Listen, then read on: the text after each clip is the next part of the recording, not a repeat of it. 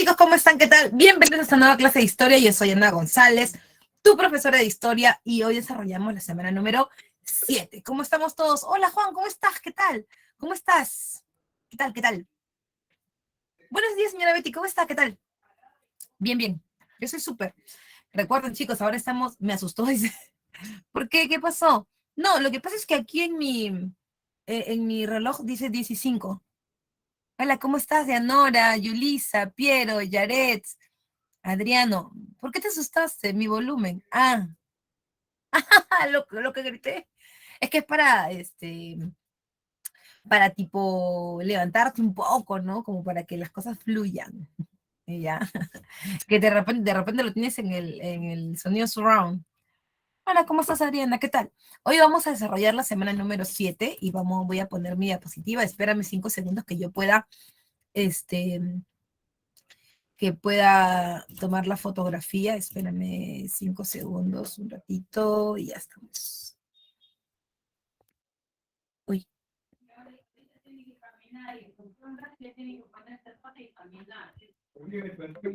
Ya. Muy bien, vamos a compartir.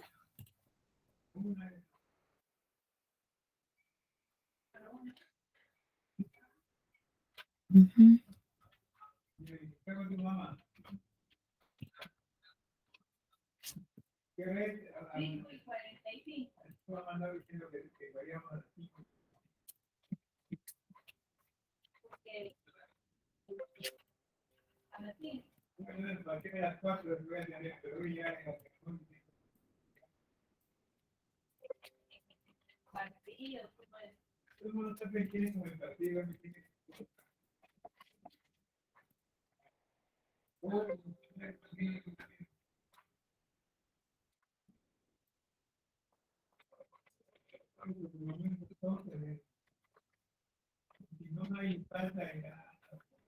Ok, vamos a ver.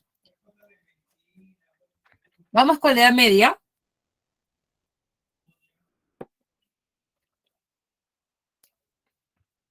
Yo me he dado el trabajito de poder hacerte este pequeño esquema, porque creo que nos va a ayudar un montón para poder desarrollar el tema el día de hoy, ¿no? Como es un tema que abarca Oriente y Occidente, entonces me imaginaba que tal vez podría servirte, ¿no? Entonces, cuando hablamos de Edad Media, debemos partir que esta comienza después de la división del Imperio Romano de Occidente. O sea, se divide el Imperio Romano, disculpa, se divide el Imperio Romano en Oriente y Occidente. ¿Quién lo divide? Teodosio.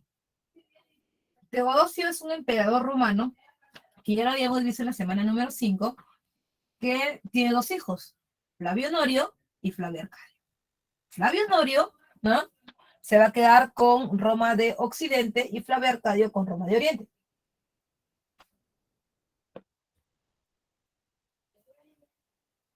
Como tú puedes notarlo en el esquema, como puedes notarlo en el esquema, en Occidente hay más cosas que en Oriente. En Occidente vamos a dividir el periodo en 3. No te preocupes que yo poco a poco en la clase lo voy a ir explicando, pero lo importante es que entiendas la división. En Occidente tenemos la Alta Edad Media, el Medioevo, que es la carnecita, y la Baja Edad Media, que es lo último, ¿no? Entonces, en el caso de Occidente, la Alta Edad Media va a involucrar, 1, las invasiones bárbaras; 2, los reinos bárbaros germanos o germánicos; y 3, dentro de todos los reinos bárbaros germánicos vas a encontrar al Imperio Carolingio. ¿Por qué, profesora? Porque dentro de todos los reinos bárbaros germánicos hay uno que es el más importante, y ese que es el más importante es el reino franco. Los francos le dan origen al Imperio Carolingio.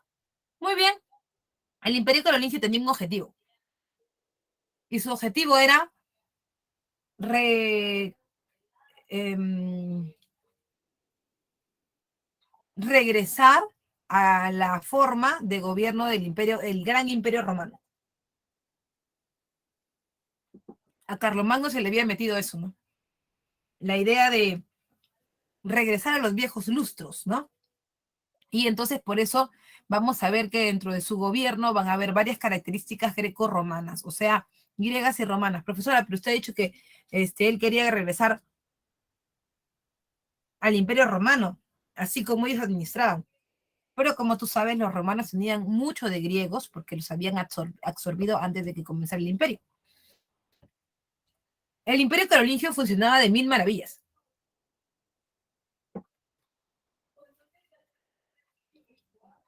Y aunque no fue un imperio muy largo, porque duró solamente 43 años, fue realmente exitoso. Sin embargo, Carlomagno eh, tiene un hijo, y ese hijo es Pipino el Breve, disculpa, Ludovico Pío. Ludovico Pío, a su vez, tiene hijos que pelean por el poder, pugnan por él, y terminan orientándolo, orillándolo a que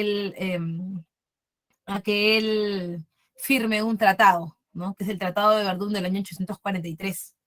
Ese tratado genera varias condiciones, genera varios problemas, ¿no? Porque va a romper el imperio carolingio que estaba bien estructurado, lo va a romper en varios pedazos. Cada pedazo del imperio carolingio que va a salir ahora va a ser un pedazo independiente. Independiente con una economía de autoabastecimiento, independiente políticamente, que va a generar una destrucción del imperio.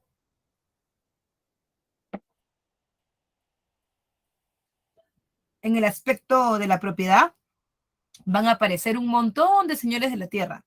A este periodo se le conoce como feudalismo. El feudalismo es la carnecita, junto con las cruzadas, son la carnecita de la Edad Media, ¿no? Lo que llamamos el medioevo, el corazón de la Edad Media. Y también está la Baja Edad Media, que es el periodo de decadencia, ¿ya no? La crisis del siglo XIV que está envuelta en el renacimiento urbano y comercial. No confundir renacimiento urbano y comercial con el humanismo y el renacimiento, porque este renacimiento lo que está haciendo es regresar a la actividad económica, regresar al sistema de intercambios libres, ¿no? Que había desaparecido por un tiempo con el feudalismo. Entonces, por eso se habla del renacimiento urbano y comercial. Es una vuelta al sistema libre, ¿no? En cuanto a Oriente, en cuanto a Oriente está el Imperio Bizantino. Cuando se divide el Imperio Romano en Oriente y Occidente, lo primero que se hace es crear un imperio llamado Imperio Bizantino, cuya capital es Constantinopla. Ahora, Constantinopla, súper, hiper, mega importante por el lugar en donde se encontraba, porque justamente esto había sido una de las condiciones por las que Teodosio había dividido así el territorio, ¿no? Había dividido así el territorio porque lo que quería salvaguardar era la economía romana, porque en realidad en Roma todo se movía por espacios, ¿no? En el Imperio Romano. Y era en Constantinopla, que era el punto estratégico del comercio en donde la economía romana guardaba su lado más importante, ¿no? Entonces, si como ya se veía venir, los bárbaros golpeaban el imperio romano o cualquiera lo invadía, ya no iba a invadir también su sistema económico, solamente su capital, que era la ciudad de Roma, donde se encontraba el poder político y religioso, pero no iba a invadir el territorio que les generaba las divisas con las cuales ellos se podían levantar, ¿no? Y es por eso que se queda al otro lado. Ahora, no solamente los bárbaros y los romanos entendían que el imperio bizantino o que Constantinopla era el lugar, sino que también lo entendían así los turcos, otomanos, los árabes que venían de la península arábiga. Ellos vieron gran potencial en Constantinopla y por eso la tomaron en el año 1453. Cuando toman Constantinopla, los árabes se van hasta arriba, ¿no? Constantinopla, luego cruzan el Mediterráneo, se van a la península ibérica y generan un imperio muy grande llamado el Imperio Árabe. Todo eso que te acabo de comentar es lo que el día de hoy vamos a ver. como te das cuenta, es un montón, pero siempre vamos a poder nosotros salir airosos de esto, ¿ok? Entonces, te pregunto si todo está bien, si has entendido más o menos el esquema, ¿todo bien?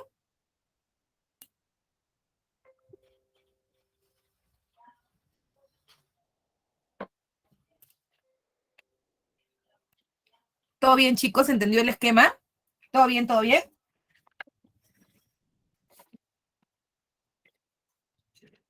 Ok, entonces avanzamos. Como siempre, por momentos yo voy a poner la cámara, voy a encender la cámara, eh, porque son mis momentos de monólogo, ¿no? Cuando yo hablo explicando algo que va a ser en el feudalismo un poco, y también un poco para la peste, ¿ya? Entonces, por lo demás, vamos a mantener nuestra pantalla completa con la diapositiva porque siento que es lo que tú necesitas. Eh, puedes disfrutar de mi voz radial, ¿no? Durante toda la clase y por momentos vamos a hacer lo que siempre, ¿no? O sea, estamos avanzando y aparezco yo, ¿no es cierto? Y luego seguimos avanzando, ¿ya?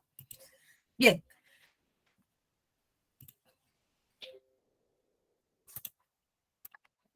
entonces, una vez que hemos visto nuestro esquema, por favor, tómale un screenshot, por favor, porque este esquema no es parte de la primera página que te viene en tu material. Este lo he hecho yo, ¿no? Este esquema es mío. Entonces, es mi aporte a cada clase, ¿ya? Bien, vamos con las invasiones germanas o las invasiones bárbaras. ¿Te recuerda que habíamos comentado que estas aparecen prácticamente de manera inmediata después de la división del Imperio Romano, que van entre el siglo III y el siglo V, ¿no? Se definen a los bárbaros como un grupo determinado por los romanos, ¿no? Los bárbaros eran aquellos individuos que vivían fuera de las ciudades y las fronteras o límites del Imperio Romano, ¿no? Los límites son la frontera, esto son los límites, ¿ya? Eh, no hablaban latín, ni tenían costumbres bárbaras. El latín para los romanos era un indicador muy importante. Era algo así como el inglés, el idioma que todo civilizado debería saber hablar. Así como acá, ¿no? Ahora nos dicen eso, ¿no? Que todo civilizado avanzado, desarrollado, debería saber hablar inglés. Bueno, entonces, en ese sentido, es que vamos a tomar en cuenta que los bárbaros pues no hablaban latín, sino tenían unas lenguas germanas raras que sonaban algo así como bar. Entonces, ¿qué es eso? Están ladrando. Ay, por eso le decían bárbaros, ¿no? No tenían costumbres romanas, por ejemplo, a los romanos les costaba mucho entender cómo vivían los bárbaros porque los bárbaros, como tú sabes, no eran sociedades sedentarias, ¿no? Por lo general eh, iban siendo seminómades, ¿no?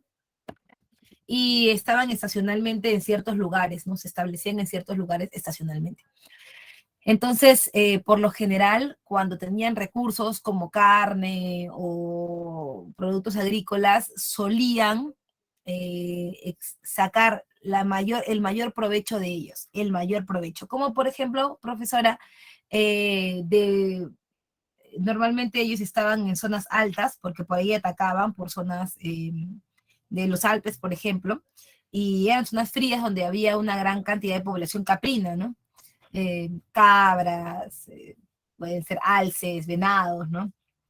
Y se utilizaban todas las partes de estos animales, todo lo que se pudiera, mientras los romanos solamente comían carne de caprino o carne de carneros, ¿no? Ellos comían todo, hasta las tripas, ¿no? Como tenían mucho tiempo que iban a tener que transportarse, entonces para ellos todo era importante. Y por eso comían las carnes, sí, pero también comían las vísceras, ¿no? O sea, le sacaban las heces líquidas y sólidas al intestino grueso y al intestino delgado, de los animales, se los sacaban todo y las volteaban, las lavaban así en el río y las volteaban. Obviamente que tenían un olor peculiar, ¿no? Y luego la sangre del animal tampoco la iban a desperdiciar, sino que la cocinaban, ¿no? Para curarla, y luego las metían dentro de los intestinos, ¿no? Entonces, y luego lo ponían sobre el fuego, sobre la leña, ¿no? Y le daban vueltas y de esta manera, al estar cocinado, duraba más tiempo. Es lo que tú conoces como embutidos, por eso los frankfurters, ¿no? De los bárbaros, que ahora conocerías como alemanes, prusianos, ¿no? Austriacos, ¿ya? Eso los romanos lo veían como, o sea, ¿what? ¿What? ¡Qué asco, man! Ya, o sea, ¿ya? Y sí, efectivamente era algo que no podían tolerar los romanos. O también el tema de la higiene, ¿no? Que tenía que ver también mucho con la salud y con el mantenimiento, sobre todo de la vida, y esto también con la relación que tiene con perder algunos soldados para la guerra. Los romanos que habían heredado de los egipcios, que habían conquistado antes,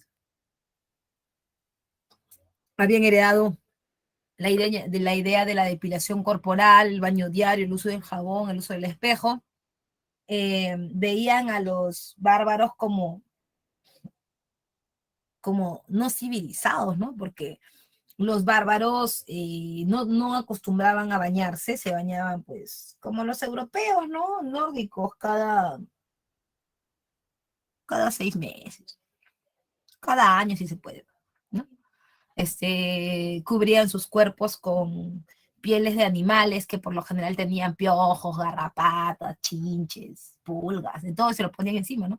Los curaban con fuego y se los ponían. Eh, y también el tema este del aseo, ¿no? O sea, los piojos, las liendres, era algo que pues convivía con ellos, ¿no? Convivía con ellos y para evitar pues que los piojos se peguen en demasía en el cabello, se echaban grasa de animal en el cabello, ¿no? Ya imaginarás cómo olía eso, ¿no? Se untaban grasa de animales y así evitaban pues la proliferación de estas pequeñas plagas, ¿no? Entonces los romanos, pues, con esas costumbres, imagínate, los consideraban como no civilizados y no eran dignos del imperio. Sin embargo, habían algunas condiciones que los obligaron a tener contacto directo con ellos, como por ejemplo el caso de las migraciones pacíficas. Lo que pasa es que los romanos ya venían mal, chicos. O sea, también hay que tener en cuenta que los bárbaros no son, wow, pucha, qué maleados, qué fuertes que son. Por eso los romanos le tenían miedo y los tuvieron que anexar. La respuesta es no. En realidad Roma venía muy mal. Roma venía golpeada por un contingente religioso, una que al principio era para ellos una secta, pero es que después se volvió algo peligroso, que eran los cristianos. Los cristianos, chicos, fueron oficializados como una religión la más importante de Roma durante el gobierno de Teodosio. Pero Teodosio lo hizo porque los cristianos pues representaban más enfrentamientos que otra cosa para el imperio que ya venía mal. Entonces los cristianos se iban a convertir ahora en estos, en este talón de Aquiles que no querían ver, ¿no? Entonces, es por eso que, ¿estás viendo mi pantalla? Sí, ¿no? Ah, ya, porque ya. Está viendo mi diapositiva. Ya, me preocupó porque yo levanté así para mirar acá y veo mi cara que está el sonido. Ah, ya, acá arriba está, acá arriba está. Ya. Vi mi cara por eso dije, ¿qué? Estoy hablando sin imagen, no puede ser. Ya. Aunque yo soy yo he nacido prácticamente, no he nacido con la tecnología, porque cuando yo nací no había tanto. Siempre he sido una fanada de la tecnología, así que cada vez que me pasa algo que no puedo resolver, en la mañana, por ejemplo, se cayó el servidor, man, ya está. Ah, fueron los 3 minutos más largos de toda mi vida. Y aunque sí estaba a tiempo, porque sí yo suelo entrar con anterioridad, con anticipación, pues, pucha, me sentí como, pensé que ya la había malogrado, pues, ¿no? Bueno, bien. Entonces, como te comentaba, los romanos no, punto número uno, tenían estos problemas, ¿no? Los cristianos se habían, prácticamente les habían destruido el sistema económico porque una sociedad como la romana, que era politeísta, lo era por un sentido básico. Y es que en la antigüedad, y también lo podemos ver en la edad moderna, cuanto más impuestos, más, disculpa, dioses tengas, más probabilidad más probabilidad de cobrar impuestos tienes. ¿Qué si Dios de la fertilidad? ¿Qué si Dios de la tierra? ¿Qué si Dios del aire? ¿Qué si Dios del agua? Un montón, pues. Entonces, esto provocaba, digamos, ciertos problemas, ¿no? Ciertos problemas. Porque ahora con los cristianos. ¿Por qué? Porque antes todos esos impuestos que se cobraban, y eso también lo vamos a ver en la edad moderna, todos los impuestos que se cobraban iban básicamente al, al mantenimiento del ejército. O sea, estaban dirigidos hacia mantener cuidadas las fronteras del imperio y expandirlas. Sin embargo, cuando tú te conviertes en cristiano, hay un solo Dios. Y ese solo Dios, si hay un impuesto para él, es uno. Por lo tanto, no hay la cantidad de dinero para mantener a todo el ejército. Es por eso, es por eso que el ejército romano decayó. Y no había para mantener a todos, solamente tenías imperio, o sea, ejército del imperio romano lo tenías solamente en la ciudad de Roma. En las fronteras no había, eran grandes fronteras y la idea era cómo mantenerlas ahora. Por eso, por eso es que los romanos dijeron, oye, oigan bárbaros, que, o sea, los romanos y los primeros bárbaros, estos que son sus vecinos de los de las invasiones pacíficas, se conocían bien en realidad, porque ellos, digamos que tenían relación directa, porque como eran vecinos, estos invasores o esta migración primera pacífica, era de gente que sí efectivamente eran bárbaros, pero que digamos que vivían del imperio, porque se alojaban alrededor del imperio, de los límites del imperio romano, y pues les vendían armas, eran herreros, eran zapateros, o sea, el principal consumidor de sus productos era el imperio. Entonces, ya, bacán, bacán, lo que ocurrió fue que el imperio le dijo, oigan, ustedes que no tienen tierra, que andan como gitanos de acá para allá, que los conocemos bien y sabemos que con nosotros no son agresivos, ¿por qué no le proponemos algo? Les damos un poco de tierra, acá nomás en la frontera, tampoco se vayan a creer mucho, acá en la frontera le damos un poco de terreno y ustedes a cambio nos sirven como si fueran nuestro ejército. No tenemos, ¿no? Hay que ser sinceros, no tenemos. Ah, ya, perfecto. Entonces, si es solamente así, hacen una alianza político-militar de coloniaje, ¿no? ¿Por qué coloniaje? Porque se van a establecer colonias de habitantes de estos bárbaros y además ellos van a servir como ejército, ¿no? Todo bien hasta ahí, pero en realidad a los que más temían no eran a ellos, que como te digo ya los conocían. Al que más le van a tener miedo es al que viene de Oriente, porque habían reinos, habían, disculpa, bárbaros que venían de Oriente, que esos eran unos salvajes, que inclusive eh, tenían fama internacional de que eran unas ratas, como por ejemplo los, eh, los hunos o los tártaro-mongoles, que ya se habían enfrentado antes con los chinos y que los chinos habían tenido que inclusive construir una muralla para que no pasaran, porque esos tártaro-mongoles eran la muerte. Entonces atacaban a caballo, utilizaban arco, flecha, eran espectaculares y los romanos obviamente tenían miedo. Entonces, en esta primera invasión, todo bien, pero los bárbaros, los bárbaros que eran más inofensivos, sabían que en algún momento iban a llegar los violentos, los hunos, los tártaros mongoles. Aunque se mantenían en la zona, hubo un problema, una helada. La helada no solamente los alcanzó a ellos, también alcanzó a los de Oriente. toda Europa se congeló. Europa de Oriente, Europa de Occidente, y fue así como los bárbaros que son pacíficos decidieron dejar las tierras de los límites porque prácticamente no le daban nada. ¿Dónde tenían que buscar la comida? La comida estaba en Roma, porque ellos tenían grandes graneros donde guardaban sus granos, donde guardaban su trigo, su cebada, y hacia allá iban. Entonces, estas fronteras quedaron libres, aparecieron como huecos y quedaron libres para que si venían los violentos, pues definitivamente podían intervenir, ¿no? Entonces, así pasó. Los bárbaros que eran pacíficos tuvieron que irse y los violentos, promovidos por el hambre.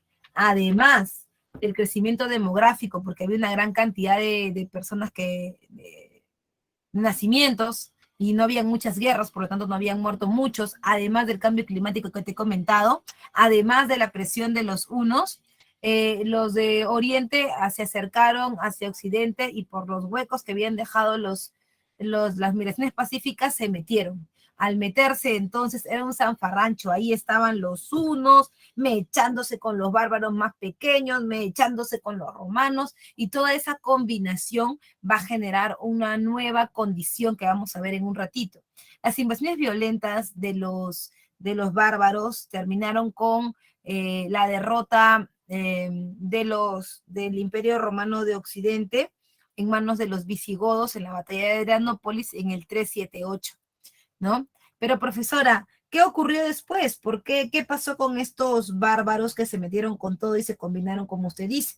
Bueno, lo que ocurrió fue que aparecieron los reinos bárbaros germánicos. La combinación entre la tradición romana más los bárbaros que pueden ser pacíficos o violentos generan los reinos bárbaros germánicos, que fueron estados establecidos en Europa de Occidente por pueblos de habla germánica, el bar, ¿no es cierto? Durante los siglos 4 y 6 después de Cristo. Los principales reinos son el reino franco, el más importante de todos, anótalo ahí, el reino visigodo, los ostrogodos, los anglosajones y los vándalos.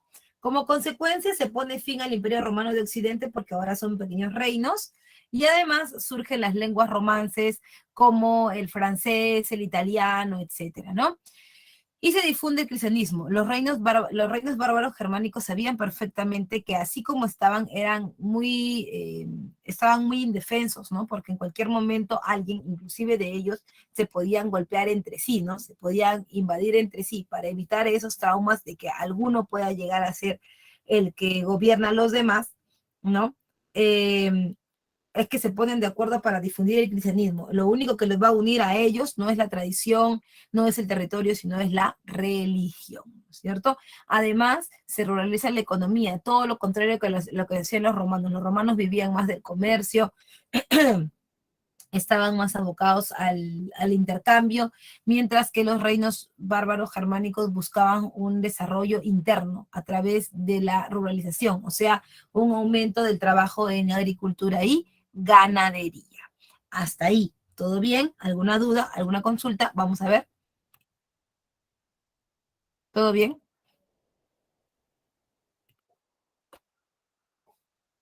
Oye, escúchame, ¿soy yo o hace un friazo? ¿Soy yo o hace un friazo? No hace frío. Ah, la soy una abuela entonces. Sí, hace un friazo, pues, ¿no? Oye, Juan, ¿dónde estás, ah? De repente estás en otro lado y no estás en Lima. ¿Ya salió el sol, Yesenia? ¡Hala! ¿Dónde estás, Yesenia? ¿De dónde? Como los de la radio, ¿de dónde te comunicas? ¡Hala! Estoy como en Manchay. ¿En Manchay ese calor? ¡Hala, qué fuerte! ¡Hala, qué fuerte!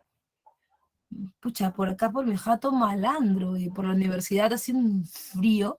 Y espérate, cuando llegues a la universidad, que va a ser seguramente pronto, muy prontito, en unas semanas ya, en unos mesecitos, escúchame, a la universidad en esta época, o sea, por tu casa puede hacer calor, la universidad ni se te ocurra, ir en polito, en chompita delgadita, porque ahí tus huesos se quiebran, ¿ah? En la universidad hace un frío, joven, hace un frío de esos que te tumban,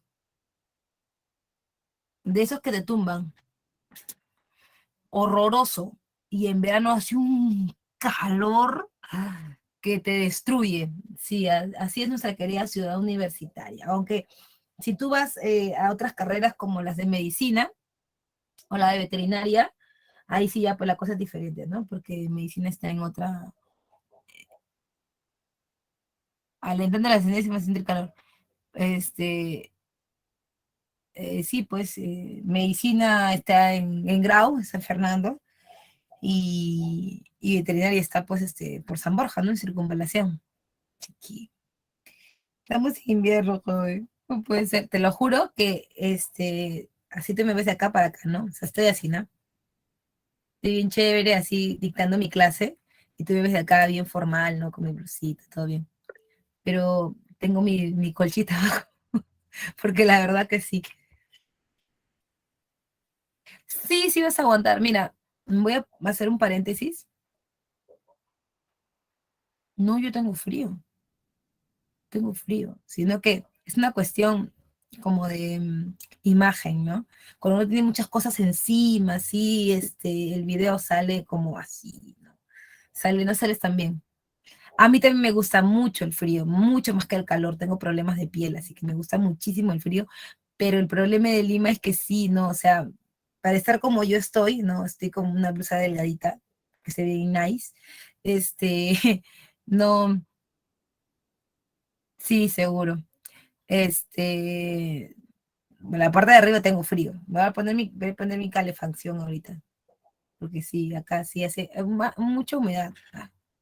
Cerca de la universidad hay mucha humedad, por eso acá está húmedo. Ujú. Pero alucina que yo tengo mi frazada de abuelita por acá está, mira, acá en mis piernas, para que no se tenga mucho frío. Como todos, yo creo que también en tu casa tú estás bien calientito, bien arropadito. No, como que tigre, joven, como que tigre. Esas frazadas ya no existen en mi casa, pero tengo mi frazadita. Entonces, yo creo que esa es una de las ventajas que tenemos para el medio virtual, ¿no? Alucina, brother. Que tenemos en el espacio virtual, ¿no? Que tal vez esa comodidad que no se puede sentir en un espacio abierto, diferente a nuestra casa, la podemos tener, ¿no? A mí, personalmente, yo he disfrutado mucho de la presencialidad, ¿no? Pero a mí, personalmente, me encanta la virtualidad. Yo ya estaba familiarizada con el mundo virtual desde el 2017, que aparecieron los primeros videos de CEPRE, ya estaba familiarizada, entonces normal, ¿no? Pero a mí sí me gusta, ¿no? Mirarme a la cámara, hablar a la cámara, eso sí. Más que la presencialidad. Sí, creo que sí. No sé si a ustedes les gusta. Hay gente que no aprende mucho con virtualidad, pero creo que hay muchas herramientas, ¿sí? Ustedes que son nativos digitales, que han nacido con la tecnología, pues me imagino que también tendrán algunos la misma opinión. Algunos. Vamos a ver. Entonces, Mi disculpe, ¿puede poner de nuevo la diapositiva 1, por favor? aquí, ¿sí? ¿Se ve? Sí, ¿no? Y mis gracias. Ya la. Aquí. Ahí, ya. Vamos ahora entonces, hemos visto los reinos bárbaros germánicos. De todos estos reinos bárbaros germánicos, hay uno que em, de hecho es como que el más importante. Profe, ¿por qué? Porque si volvemos al mapa, mira bien tu mapa, ya, volvemos al mapa, te vas a dar cuenta que ellos son el territorio más grande y el que absorbe más, ¿no? A los burgundios, a los turingios, ¿no? De paso un poco a los suevos, ¿ya? Que es el reino franco.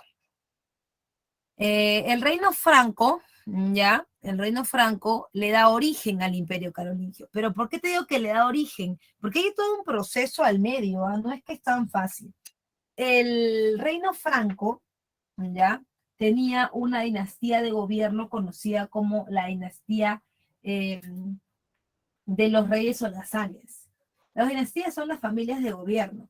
Entonces, la característica principal de estos reyes era que ellos se dedicaban más al desarrollo del arte de la guerra que propiamente al tema este de la administración. Para la administración tenían algo espectacular y eso espectacular era un sistema administrativo propio, es decir, gente experta en la administración que se dedicara a mantener bien la política, la economía. Entonces, a estos que se encargaban de esa tarea se les conocía como mayordomos. Los mayordomos eran los que, entre comillas, gobernaban el reino franco. Uno de esos mayordomos era el famoso Carlos Martel o Carlos Martillo. Carlos Martel en la batalla de Poitiers vence a Childerico III, último rey holgazano. Cuando Childerico pierde, Carlos Martel se hace del territorio de los francos y genera una nueva dinastía, una nueva familia de gobierno que son los clodoveos. Los clodoveos, entonces, van a intentar administrar, van a intentar gobernar, pero el problema es que ellos gobiernan muy bien, pero no tienen un ejército tan fuerte como el de los reyes holgazanes. Entonces, Carlos Martel, que todavía no es imperio carolingio, simplemente es reino franco, ya, con una dinastía nueva, una familia nueva que gobierna, le dio a su hijo Pipino el Breve el poder. Un solo hijo tenía. Entonces, Pipino el Breve sabe, dice, ahora, pucha, de hecho, ahora, ¿qué hago? O sea, ¿qué hago con el poder? ¿Cómo voy a expandirme? Pueden haber otros reinos bárbaros que me quieran someter.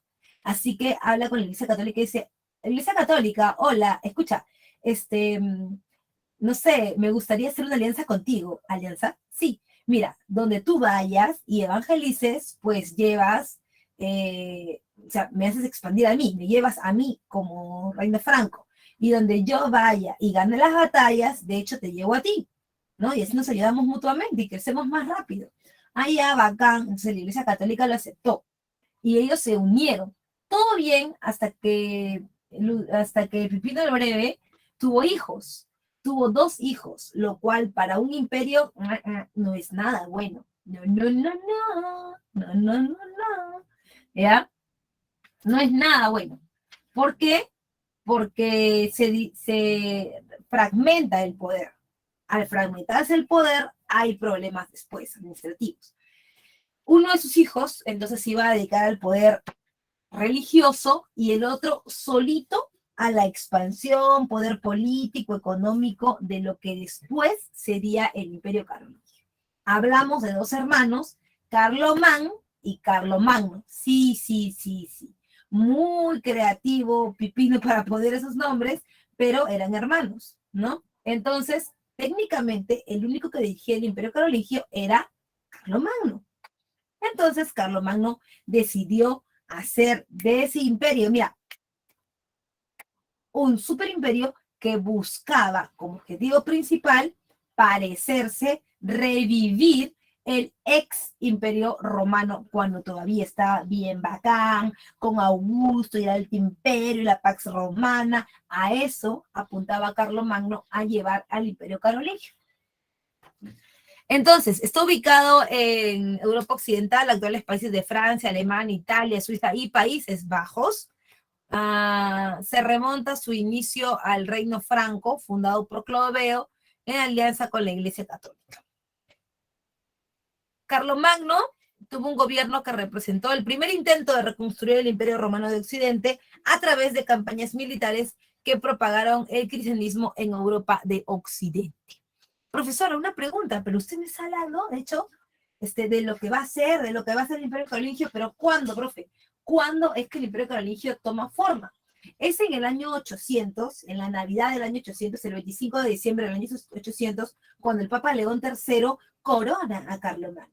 cuando la Iglesia Católica reconoce a Carlomagno como el principal jefe, o sea, el emperador del territorio, es ahí cuando comienza el Imperio Carolingio. O sea, técnicamente el Imperio Carolingio solamente duró 843 años, ¿ya? Disculpa, solamente duró 43 años porque empezó en el 800 y terminó en el 843, ¿ya? ¿Por qué tan poquito? Ahora vas a saber por qué tan poquito, ¿ya? Pero en cuanto a la organización del imperio, Carlomagno decidió generar un sistema de poder escalonado, ¿no? O sea, estaba primero él como emperador, después venía el Mishi Dominici, que es el supervisor, que es los ojos y los oídos de Carlomagno, pero mira, en todo el imperio, el que se movía, sapeaba, estaba en todas, estaba vigilando que todo ande bien, era el Mishi Dominici. Pero dentro del imperio, como era pero tan grande, estamos diciendo que es Francia, Italia, Alemania, Países Bajos, o sea, es un súper territorio. De hecho, tenía que estar bien dividido, ¿ya? Y para dividirlo, es la imagen de los duques, condes y marqueses los que van a entrar en juego. Sí, son nobles. Sí, sí, sí, ahí aparecen. Los duques son los jefes de territorio más grande, como si fuera un gobierno regional, ¿no? El gobierno regional está dirigido por los duques, piola, dirigido por los duques. Pero dentro del gobierno regional hay departamentos, ¿sí o no? Cada departamento sería algo así como un condado. Y el conde está para gobernar esos territorios. O sea, el duque más grande, el conde más chiquito, y luego están las marcas, donde los marqueses gobiernan territorios de frontera, ¿ya? Que son más pequeñitos, pero que están en la frontera. Entonces, finalmente, el duque supervisa al conde, el conde supervisa al marqués, ¿y quién supervisa a todos? El Mishi Dominici, ¿ya? Profesora, es una sociedad bien jerárquica, es una estructura política jerárquica, claro, porque es la única forma de mantener un imperio funcionando, ¿ya? Pero también está en el aspecto cultural el retorno a los estudios clásicos, o sea, los estudios greco-romanos o greco-latinos. Por eso están las materias agrupadas en dos conjuntos diferentes. Pero quiero que te quede bien claro que estas materias solamente las llevan las personas que van a administrar o tienen cierto poder dentro del imperio. Obviamente la gente del pueblo no lleva estas materias, no las conoce, se dedican a otras cosas, ¿ya? Por lo general los que llevan estas materias, estos conocimientos, son las personas, los sacerdotes, ¿no? Ellos. Entonces, está el Trivium. El Trivium mantiene dentro de ella la gramática, la lógica y la retórica, profe. O sea que para ellos es muy importante saber escribir, por supuesto. Los griegos consideraban eso, que había que saber escribir, que había que saber, como los romanos, había que saber expresarse a través de la palabra escrita. Y no solamente esto, sino que también era importante la lógica. Eso es una reminiscencia del mundo clásico, o sea, del mundo griego, ¿no? Pero sobre todo, si tú quieres gobernar, tienes que convencer. Tu discurso tiene que ser asertivo. Por eso la retórica es tan importante, el arte del convencimiento, de cómo tú vas a escoger las palabras precisas para que la gente te crea. Un buen gobernante tiene eso. Un buen gobernante asume un sistema de oratoria, asume un sistema de convencimiento para que las masas trabajen en relación a lo que él quiere. Entonces, si no lo tienes, lo pasa como lo que estamos viviendo ahora, ¿no? Eso pasa, ¿no? Cuando no eres un buen orador, no es simplemente meter chamullo o meter letra, como dicen ustedes, ¿no? Sino que en realidad sirve para el control de la población. Fíjate que la población se descontrola cuando eso no existe. Y para muestra un botón, cuando estábamos en el gobierno de Alan, si tú recordarás, todo el mundo sabía que Alan era un Marlon Brando, un tal por cual, y las cosas que había hecho, ¿no? Todo el mundo lo sabía. Sin embargo, eh, sin embargo, eh, la gente seguía creyendo en él y votando por él, y es más, se fue un segundo gobierno, y la pregunta del millón era, ¿qué tiene él que no tienen los demás? ¿Qué tiene él, por ejemplo, que no tiene la señora acá? ¿No? ¿Qué tiene? Ah, el convencimiento, la retórica. Había estudiado muy bien a los griegos, fácil, ¿eh? Y sabía perfectamente que era una de las condiciones para poder gobernar. También estaba el quadrivium. El quadrivium era el conjunto de materias que buscaban mejorar la arquitectura, el comercio, como por ejemplo la aritmética, ¿no? Había que saber de aritmética para poder administrar bien el comercio. Había que saber de geometría para poder saber también sobre construcciones. Había que saber música para el complemento, pero también había que saber astronomía para determinar los movimientos de los astros y también determinar de cierta manera cuándo se puede sembrar, cuándo se puede cosechar, cuál es el mejor momento de acuerdo al movimiento de los astros. Es bien importante. Y en cuanto a las escuelas, está la escuela palatina, la escuela conventual y la escuela parroquial. La escuela palatina es la que está orientada a los nobles, ¿no? A los nobles, condes, duques, marqueses, pero no aprenden lectoescritura y tampoco aprenden matemáticas, nada, esas cosas no aprenden ellos. Ellos aprenden a pelear. El arte de la guerra es muy importante, ¿no? Entonces, en el arte de la guerra, o con el arte de la guerra, ellos asegurarían la expansión del territorio, ¿no? Después tenías el, la escuela conventual, que era donde iban los sacerdotes, que a su vez aprendían trivium y quadrivium. Y por supuesto está la escuela parroquial, que es la del pueblo, la del populorum, ¿ya? El pueblo también tenía algunas cosas en las cuales había trabajado el imperio carolingio, como por ejemplo, generarles o educarlos en relación o alrededor de un oficio. ¿No? Un oficio era importante, que sea herrero, zapatero, panadero, artesano, whatever, lo que sea, ¿ya? Porque era importante que ellos sirvan al imperio. ¿Cómo, profe? Que sirvan al imperio, pero eso tiene que resolverlo Carlomagno, no ellos, no. Los imperios funcionan siempre así, ¿no? Nadie los va a mantener, es como el imperio de los incas, en el imperio de los incas tampoco, el imperio no mantenía a nadie,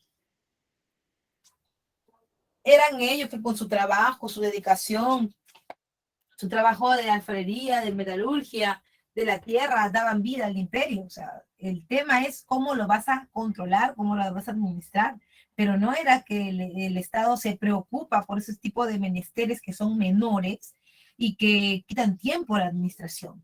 ¿Ya? Entonces, aprendían un oficio y además era obligatorio que, que el imperio se compre la tarea de poder evangelizarlos, de poder cristianizarlos, de poder catequizarlos. Deberían aprender de religión católica porque tú sabes que la alianza no ha terminado, que la alianza sigue siendo una sola con la Iglesia Católica y es por eso que había que enseñarle la religión, pero tampoco le vas a enseñar pues a leer la Biblia. ¿Y cómo va a leer la Biblia si la Biblia está en latín? Eso es imposible. Un ratito. ¿Se escucha esa bulla?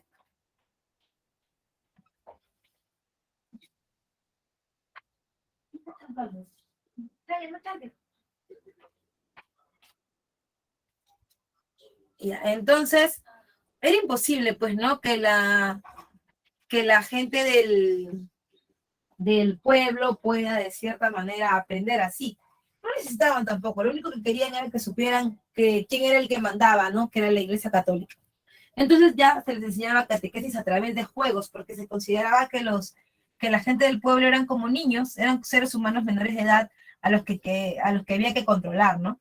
Y es por eso que nace la idea de la catequesis. Nosotros que somos, o bueno, los que en esta ola sean católicos, cristianos católicos, apostólicos y romanos, o hayan estudiado en colegios católicos, sabrán que es un requisito, ¿no? Es un requisito para estudiar con ellos, hacer tener los sacramentos. Ellos te aceptan de pequeño con el bautismo y tú deberías entonces desarrollar los demás, como por ejemplo el caso de la comunión, ¿no? Yo recuerdo claramente haber estudiado con las hermanas Josefinas y que segundo y tercer grado de primaria eran los grados en donde ellas se instruían a través de la catequesis familiar, ¿no? Y tus padres llevaban ciertamente como un curso, y tú también los días sábados ibas y no aprendías la Biblia, que sí, que, o sea, claro, sabías que habían capítulos, versículos, ¿no? Sabías cuáles eran las partes, pero tampoco es que te pasabas leyendo la Biblia todo el día, sino que ibas y a manera de juego, como eras un niño, en nuestro caso una niña, unas niñas, entonces, em, te enseñaban, ¿no? Que si el tallarín, ¿te acuerdas las canciones? Un tallarín que se mueve por aquí, que se mueve por allá, ¿recuerdas? O si no, cuando un cristiano baila, baila, baila, baila. Y entonces se genera un conocimiento a partir de la vida práctica, ¿no? Cuando hablamos de la decadencia del imperio, tenemos que hablar de los descendientes de Carlomagno. Con Carlomagno todo bien, o sea bien, o sea, funcionaba bien su sistema, la política, la cultura, etc. Sin embargo, el tema estaba en qué iba a pasar después. Cuando Carlomagno llega a tener un hijo que es Ludovico Pío, un solo hijo que iba a gobernar, todo bien, bacán, pero Ludovico Pío, con una germana, tiene 3 hijos, ¿no? Carlos, Lotario y Luis. Ambos, bueno, los 3 en vida comienzan a pelear, ¿no? Cuando estaba vivo Ludovico comienzan a pelear por el poder, no, que yo quiero uno, y la tradición germana era que se reparta la herencia en partes iguales, que no debe haber ningún delfín, ninguno que fuera el que gobierna y el resto se quedara relegado. Esa no era la idea. Entonces, a la pelea de los 3, ¿no? Surge la necesidad de dividir el territorio y se hace a través del Tratado de Versalles de 1843, por eso decimos que solamente duró 43 años el Imperio Carolingio, sin embargo abarcó muchos países. Eh, esta, este Tratado de Verdún rompió en 3, fragmentó el Imperio Carolingio, debilitándolo, ¿no? Y ahí aparece la Lotaringia, aparece Francia, aparece la Germania, ¿no? El Tratado de Verdún representó la fragmentación del Imperio Carolingio, y también se observan las marcas como zonas de frontera militarizadas, ¿no es cierto? Por supuesto, como yo te lo había dicho, son zonas de frontera que poco a poco van enfrentándose entre sí. Como las marcas estaban muy lejanas y con todo este problema de la división del territorio, pues el Mishi también había desaparecido como una función principal, porque como un emperador, el Mishi le entregaba toda la comunicación a ese emperador, pero ahora habían 3 modelos diferentes. ¿En cuál encajaría el Mishi? En ninguno, porque como los territorios eran más pequeños, los emperadores podían hacerse cargo de cada uno de ellos. Entonces, sin supervisor, la gente hacía lo que quería, que si el duque ya no supervisaba al conde, que si el conde peleaba con el duque, que si los marqueses peleaban entre sí, y lo más peligrosos eran los marqueses porque sobre ellos había menos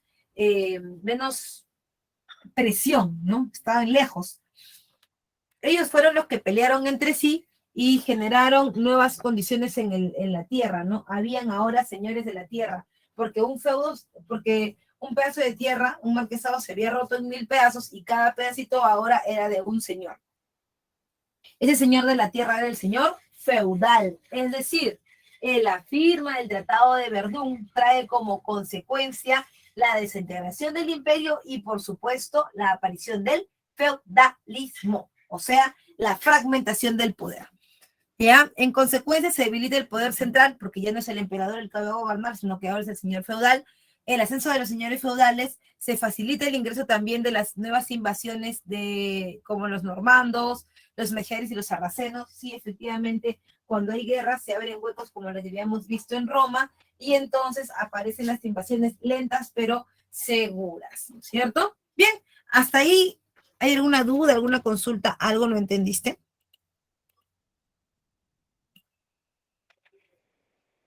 El granito de mostaza, dice. En la escuela conventual, Piero, el trivium y el quadrivium. claro como el agua, como que como el agua del río Rima, joven, ¿qué me está queriendo decir? No me haga llorar, por favor. Claro, la lógica es la retórica, sí. Bueno, no, disculpa, la retórica, la dialéctica era la lógica y la gramática. Ujú. Bien, bien, todo bien, todo bien.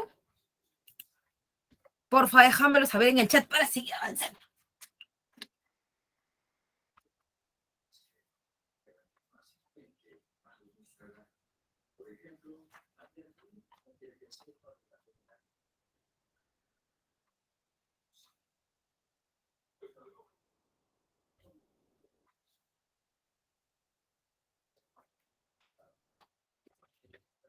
Todo bien.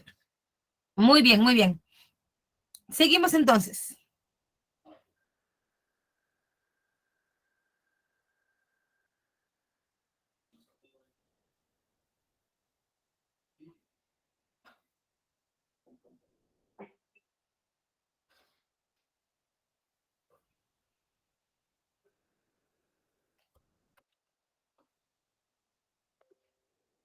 Mira, ¿qué te parece? ¿Qué te parece lo que estoy pensando hacer? Lo que sigue acá cronológicamente está muy bien, es irnos hacia Oriente a ver el Imperio Bizantino. Pero lo que yo te propongo es que sigamos la cronología de acá, mira, que sigamos esto. Hemos visto las invasiones bárbaras, los reinos bárbaros germánicos, el Imperio Carolingio. Yo te propongo que sigamos así, terminemos esto y luego nos vayamos a Oriente a ver qué pasó. No sé qué opinas tú. Dime por favor rapidito, a ver qué te parece, si continuamos igual que está la separata o si hacemos ese pequeño desfase. Claro que hay que recordar que si hacemos por separado tendremos que volver, ¿no es cierto?, a entender que estamos en otro periodo, ¿no? Que vamos a volver a cuando recién se dividió el Imperio Carolingio y ver qué pasó en Oriente, como si fueran dos temas separados. ¿Qué te parece? Primero Occidente dice Tania, primero Occidente dice Danora. ¿Qué les parece a los dos? Ya, a la gente, ya, sí, perfecto. Entonces, vamos a continuar la novela, entonces, a ver qué pasó. ¿Qué pasó con los señores feudales, señorita? Ay, no puedo creer. Ya. Entonces, que yo soy re chismosa, por eso es que, no, o sea, en realidad, eh, yo naturalmente soy así, o sea, soy muy espontánea, de hecho muy pilas en persona, en vivo, como que en la vida real, ¿no? Pero existe un personaje detrás de las clases, ¿no? Existe un personaje más dinámico de lo que yo estoy, está inspirado en mí, pero es más como exagerado, ¿no? Saluda más fuerte, habla más rápido, es más chismosa, ¿no? Pero ese es el personaje que narra las clases, digamos, ¿no? La historiadora soy yo, pero el personaje que narra las clases es, soy Ana González, tu profesora de historia, ya. Ese es el personaje que narra las clases y que tiene algo de mí, pero que sí, es más chismosa que yo. Pues te digo, mejor continuamos con la novela. ¿Ya? Y cuando te digo manjas, o sea, ya, esa soy yo, normalmente yo hablo así, solamente que varias personas me hicieron notar que cuando yo estoy hablando en vivo y en directo o estoy hablando con alguien sin estar dictando clases, me dicen, oye, acá rato dicen manjas, ¿ves? O sea, pucha, o sea, brother. Y ya, entonces tomé algunas de las cosas que tengo en la vida real y las puse más exageradas en mis clases, pero soy la misma persona, porque muchas me han preguntado si yo soy así en la vida real. Sí, pero menos exagerado. Ajá. Sí, a veces cuando la gente dice, pucha, man, ya, che, qué paja, brother. Y eso me lo hacía notar la gente, no me decía, oye, has dicho pucha, brother. No, no he dicho eso. O sea, eso de también es mío, solamente que es como una catarsis, man, ya. Sí, ya. Entonces nos vamos de frente al feudalismo. Acá. Bien, vamos con el feudalismo rapidito y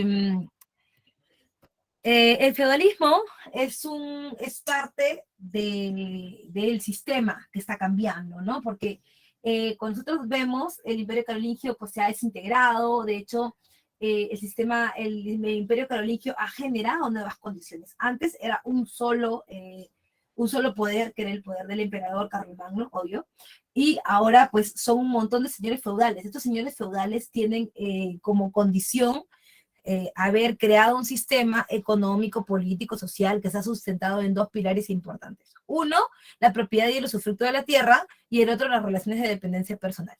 Cuando hablamos de la propiedad y el usufructo de la tierra, tenemos que entender algo muy importante, y es que no solamente hace falta mecharse, ser salvaje, ¡ay, esta es mi tierra! No, o sea, lo importante es que esa tierra produzca, porque si no, tú vas a tener que alimentar a la gente que has conquistado con esa tierra, porque la tierra no viene, tú no, o sea, nadie conquista terrenos baldíos. Si fuera un terreno baldío no sería una conquista. Si el terreno no tuviera nadie, no tuviera dueño, no conquistarías, simplemente te meterías. Entonces, sí, lo importante acá es entender que hay una necesidad de mano de obra, no solo de la tierra, sino de que esa tierra produzca para que mantenga a la gente que está acá en la tierra, a la que has conquistado. Entonces, allí hay una condición. Por eso dentro de los feudos, no es que solamente agricultura, ganadería, no. O sea, hay, como te lo decía en el Imperio Carolingio, esa reminiscencia del Imperio Carolingio, la gente que salió del Imperio Carolingio, que ahora va a ser feudalismo, esa gente es zapatero, panadero, herrero, lo que tú quieras, porque de hecho ya estaban acostumbrados en el Imperio Carolingio a través de las escuelas palatinas, y acá también va a pasar lo mismo. Entonces, hay un mantenimiento, esa gente puede no solamente mantenerse, alimentarse solas, sino también pueden mantenerse en todos los aspectos dentro de un espacio cerrado, como es el feudo. Y también están las relaciones de dependencia personal, vasallaje y servidumbre. El señor feudal no es nadie si no tiene vasallos y si no tiene siervos. Profesora, ¿qué diferencia hay entre los dos? Es fácil. Los vasallos son, de hecho, señores feudales, pero más pequeños. O sea, el señor feudal más grande es el dueño de toda la tierra. El señor feudal más pequeño puede ser un duque, puede ser un conde. Por ejemplo, si el señor feudal, el grande, es un duque, el vasallo no puede ser un duque, pues, es alguien inferior a él. Es un conde, ponte, o un marqués, man, ya es así, ¿ya? Entonces, no, no, a ver, no es, no es verdadero afirmar que un señor feudal viene y destruye todo y él se queda con todo. No es así. Es un sistema de relaciones. Yo, señora feudal, soy señora feudal de San Marcos. O sea, yo soy señora feudal de San Marcos y quiero invadir la uni. Ya. Pero en la uni ya había gente viviendo, entonces estoy invadiendo, pues, ¿no? Ya había gente viviendo, ya había, por ejemplo, la facultad de telecomunicaciones, la facultad de física, la facultad de química, ya había. Yo cuando llego encuentro a los inferiores de los señores feudales, porque de hecho yo soy duquesa, manjas, porque, o sea, yo soy los señores de todos San Marcos, manjas. Ellos son señores más pequeños, de, no sé, de la facultad que te dije, ¿no? De telecomunicaciones, son señores pequeños, su territorio es más chiquito, por lo tanto es un conde, manjas. Entonces yo cuando llego, conquisto, y ese señor feudal más pequeño no deja de ser un señor feudal, simplemente la uni es gigante, y yo conquisto el territorio con los que están adentro también. Entonces le digo, oye, ¿sabes qué, señor de telecomunicaciones? Pucha, yo no quiero votarte, ¿ya? O sea, tú te puedes quedar en tu tierra, ¿me obvio, sabes que es mío, ¿no? Pero tú te quedas en tu tierra y, o sea, yo te doy el privilegio, lo que yo te estoy entregando es el beneficio de quedarte en la tierra y que tú lo usufrutes y que tengas ese poder, ¿me Pero ¿tú qué me vas a dar a cambio a mí? Me tienes que dar plata. Cuando yo te pido, me tienes que dar. Ah, ya, perfecto. ¿Qué más quieres que te dé? Ejército, porque se me ocurre que, no sé, ya conquisté San Marcos, ya conquisté la uni, quiero la agraria.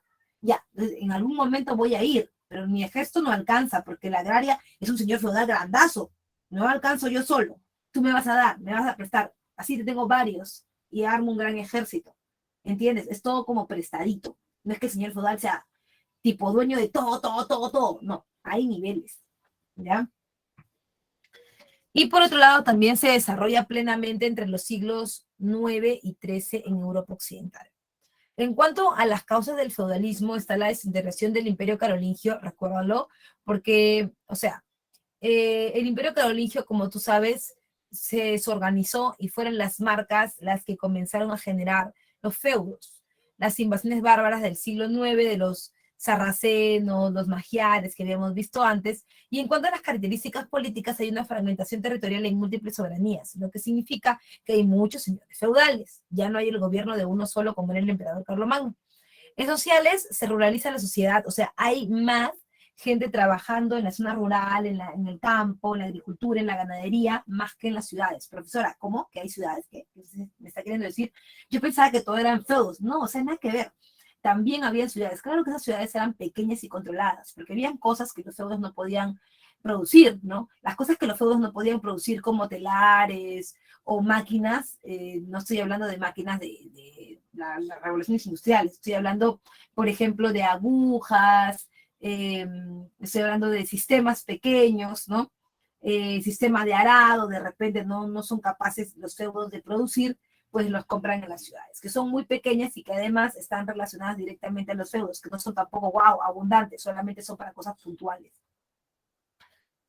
Y en cuanto a la economía, es una economía de autoabastecimiento, lo que significa que ellos en general procuran que todo lo que van a consumir sea la misma gente dentro del feudo la que la produzca. Y por otro lado, también recuerda, está la reducción de la circulación monetaria y las actividades comerciales. Pero fue una preguntita. ¿Cómo es eso? O sea, ya hay agricultura y ganadería y ¿qué? ¿Hay reducción de la moneda? O sea que sí comercio, o sea que sí moneda, eso no entendí. Ya, mira, hay reducción del comercio y la circulación monetaria. ¿Por qué? Porque la moneda sí existe. Dentro de los feudos la gente compra y vende. ¿O qué crees? ¿Que intercambian una flor por un pan? No, sí hay moneda. El tema es que la moneda es propia del feudo. Por ejemplo, yo, que soy la señora feudal, de hecho, de San Marcos, hay moneda dentro de San Marcos, pero es la moneda con mi cara, porque es el símbolo de mi feudo. Así como ahora es el escudo, en ese momento era mi cara. Ahora, en la católica habrá otra moneda con otra cara. Imagínate que es la tuya. Pucha, para sacar la moneda hay que apretarle la mano para no ver. No, mentira, mentira. Este, pero no funciona en San Marcos. No funciona. Porque en el mío vale solamente mi moneda y no hay manera de equivalencia. No existe. Lo que sí es que hay comercio sin moneda en las ferias, ¿no? Pero es porque están reguladas por los señores feudales. Al señor feudal le falta calabazas. ¿Quién te de calabazas? El otro feudo. Ya, hay que hacer una feria para intercambiar, pero no con moneda, sino con productos. Era controlado todo por los señores feudales, ¿ya? ¿Hasta ahí todo bien? ¿Preguntas, dudas? ¿Preguntas, dudas? ¿Todo bien hasta ahí? ¿Ven? ¿Tú ven?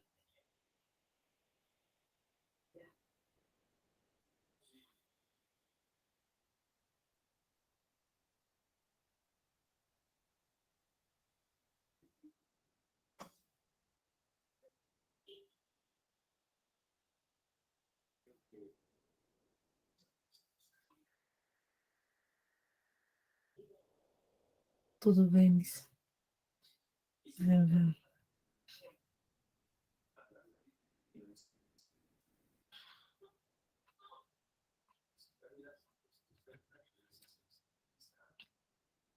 La moneda cambiaba cuando el señor feudal adquiría otro territorio.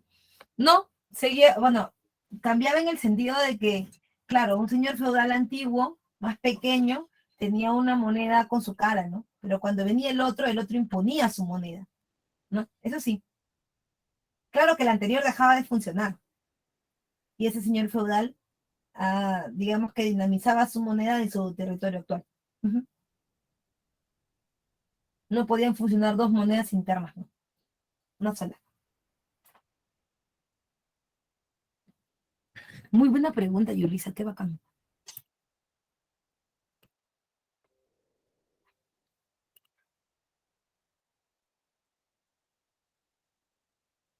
Ok.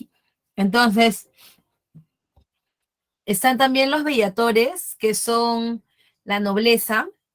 Por lo general se dedican a la actividad guerrera. Los oradores, que son el clero, y que se mantienen el control ideológico de la población. ¿Tú crees que la población no sentía también como que ellos estaban siendo utilizados, que los tomaban así, uno venía e invadía y lo tomaba, y el otro hacía lo mismo? ¿Tú crees que no lo sentían y que no querían rebelarse? Por supuesto que sí, son seres humanos, o sea, eso iba a ocurrir.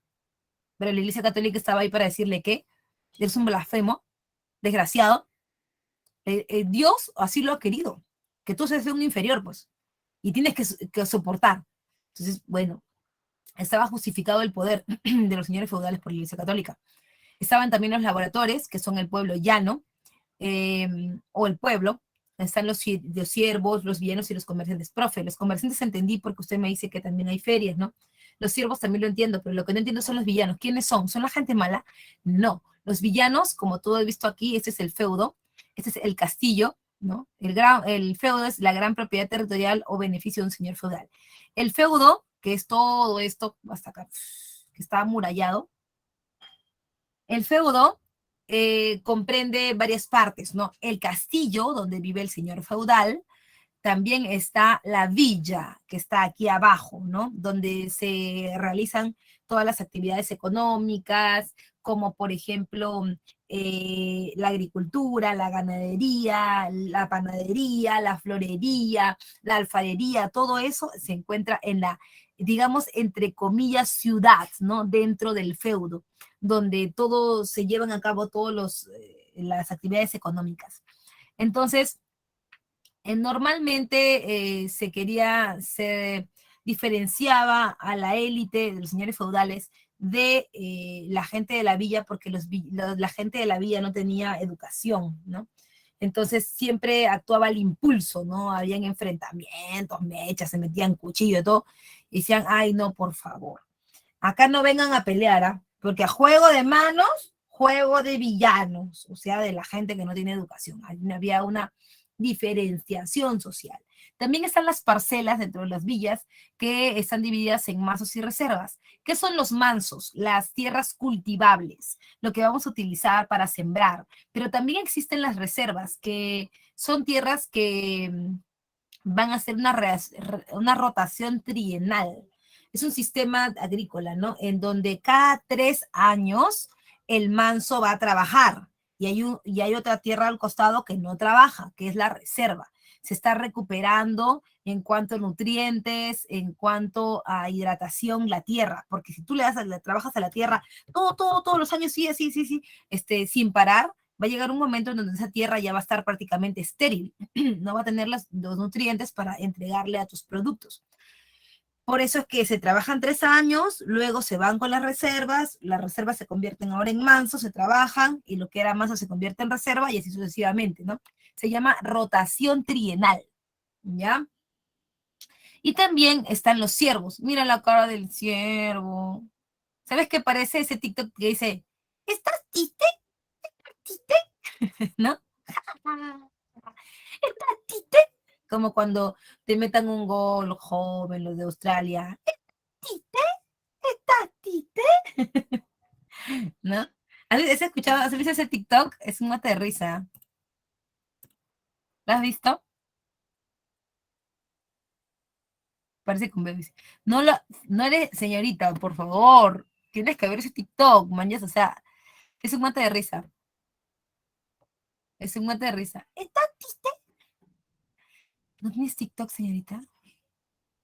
¿Cómo puede ser? ¿Cómo puede ser? Bueno, ponlo como estás triste en el TikTok si tienes TikTok. Yo la verdad que sí pienso que no para enviciarte, pero sí como para distraer tu mente un rato en cualquier bobada, en cualquier tontería. Porque, y escucha la voz de la experiencia, a veces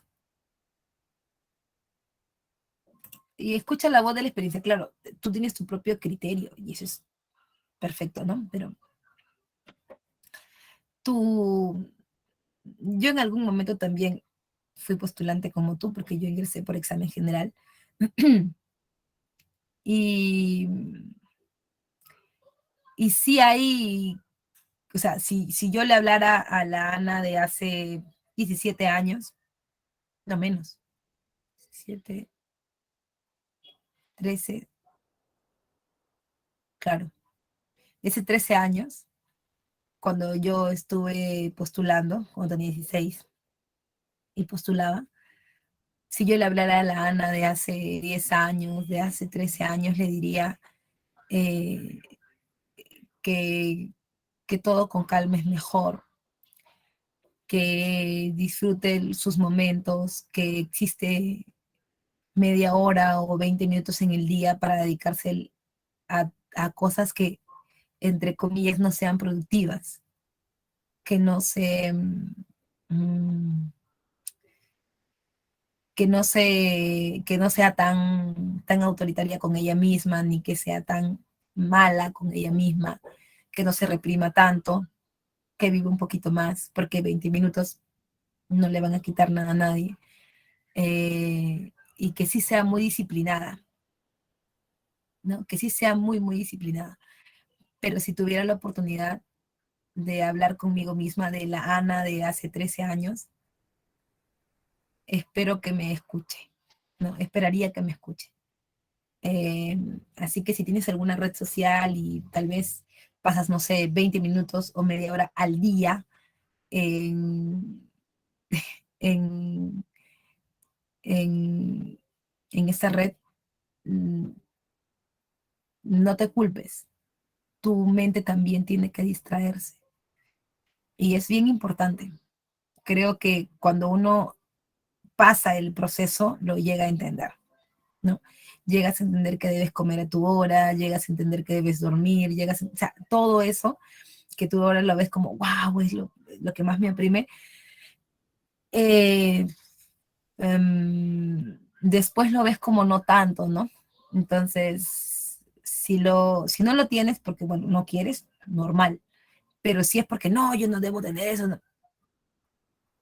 Siempre y cuando tú tengas disciplina y no caigas en esas tentaciones de estar todo el día ahí, vaca, pero quiérete, date gustos. No puedes comer pues dulces todo el día, ni todos los días, pero un dulcecito después de terminar, por ejemplo, hacer tus ejercicios de matemática, sí, ¿no? Yo recuerdo que tenía una amiga que ahora es médico, que cuando estábamos en la academia, pues estoy en academia, este, se llamaba Cindy, y Cindy era la top de las top de las tops. Sí, tú sabes que siempre hay uno que como que sobresale, pues, ¿no? Y Cindy hacía todos los ejercicios, era bien calladita, hacía todos los ejercicios y no sé cuánto, y era tan sweet, era tan cute que siempre nosotros vivíamos así atormentados, ¿no? Y Cindy era tan tranquila y hacía todos los ejercicios, todo, hasta el profesor le preguntaba a ella. Y recuerdo que siempre al final de todo lo que hacía, se centraba en hacer sus cosas y al final de todo sacaba un pequeño dulce, un pequeño caramelito y tú la veías que terminaba y ponía sus cosas en orden y se sentaba a comer su caramelito. Y eso ya era la felicidad para ella. Entonces, no, como dicen los del TikTok, no te des mala vida, no te des mala vida, ¿no? Para todo hay tiempo. Sí, para todo hay tiempo. ¿Ya? Así que, ¿estás triste? ¿Estás triste? ¿Ya? Parece ese el TikTok, el vato de acá. ¿Ya? Sí, sí. El mundo de la virtualidad ha hecho eh, que la gente se vuelva triste, ¿no? Se vuelva agresiva a veces. Ahora como estamos viendo que los chicos han regresado al colegio y se están peleando, así como mechan en cualquier sitio, ¿no? Antes solamente eran ciertos espacios con códigos no civilizados, ¿no? Ahora todo el mundo es mecha y es como que yo cuando estaba en el colegio eso no pasaba. O sea, sí pasaba, pero de hecho no era algo como que muy normal, ¿no? O sea, era para gente que ay, señorita Dianora, no digas eso, qué vergüenza, qué vergüenza. Las dos dijimos al mismo tiempo, qué vergüenza.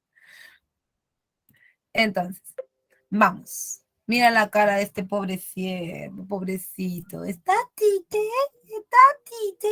Un campesino adscrito al feudo, ¿no?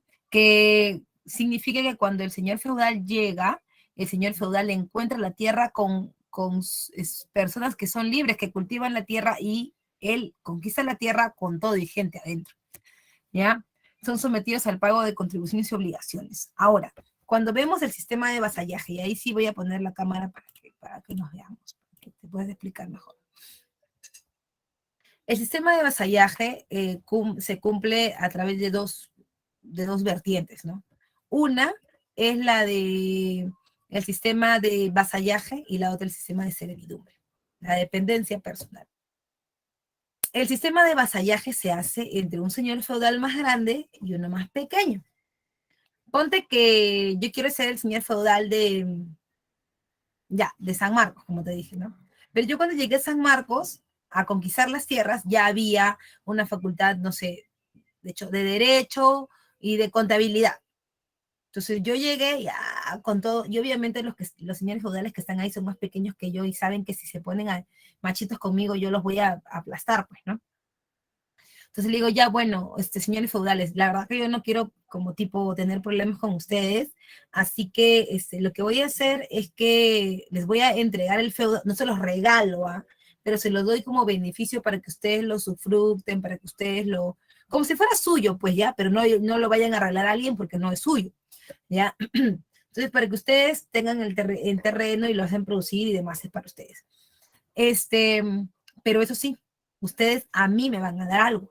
Yo les doy la tierra y ustedes me entregan ayuda económica y ayuda militar. Por ejemplo, no sé, se me ha antojado que ya ahora que soy dueña de San Marcos, señora feudal, quisiera conquistar la católica.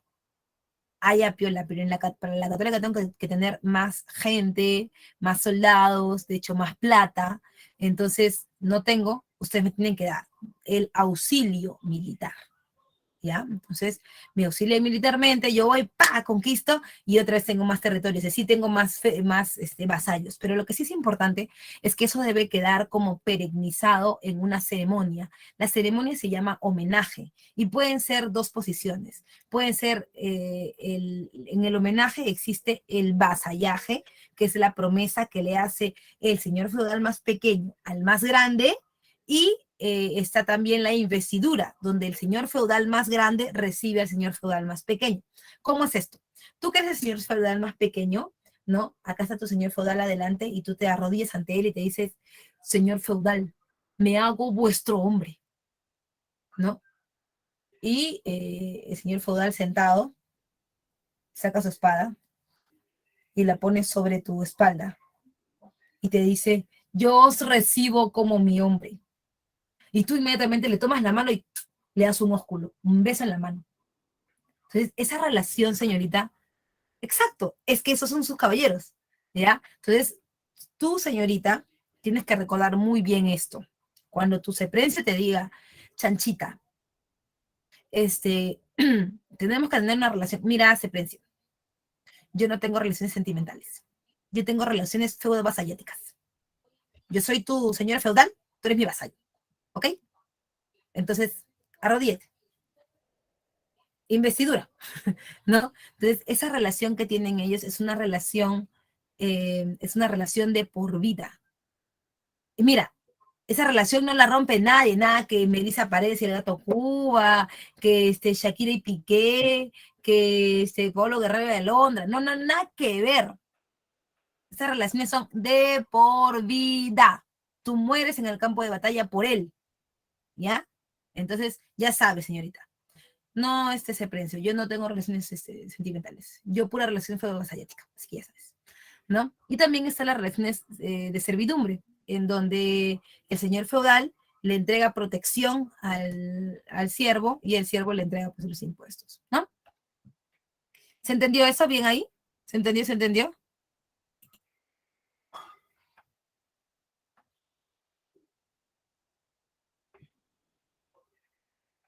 Ojalá que sí. Está la gente, vamos, Adriana, Alexandra, Ángeles, Ángelo, Astrid, David, Daisy, Daisy con doble S, Diego, o sea, chicos, vamos, participen, sí, ¿no? Sí, ¿no? Solamente es escribir. De hecho, nadie te conoce. Ok, dale vida a esto, man, dale vida.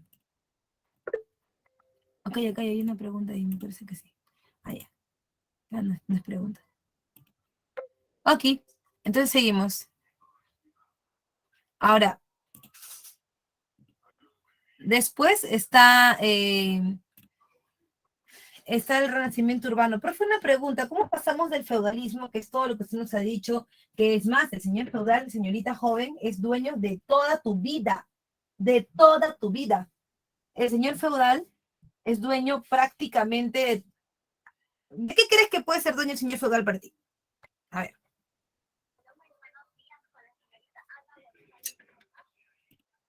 ¿Sí?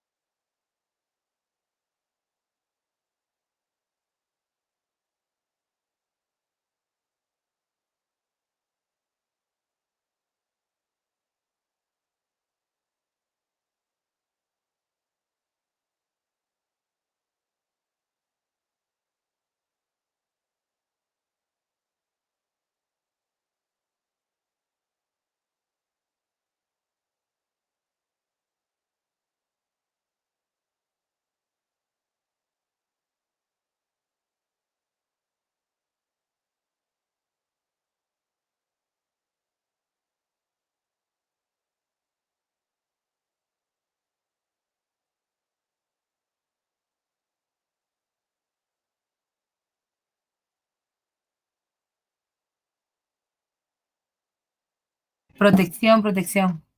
Sí, sí, sí, aquí. Sino que no sé qué, estaba hablando con el micrófono apagado.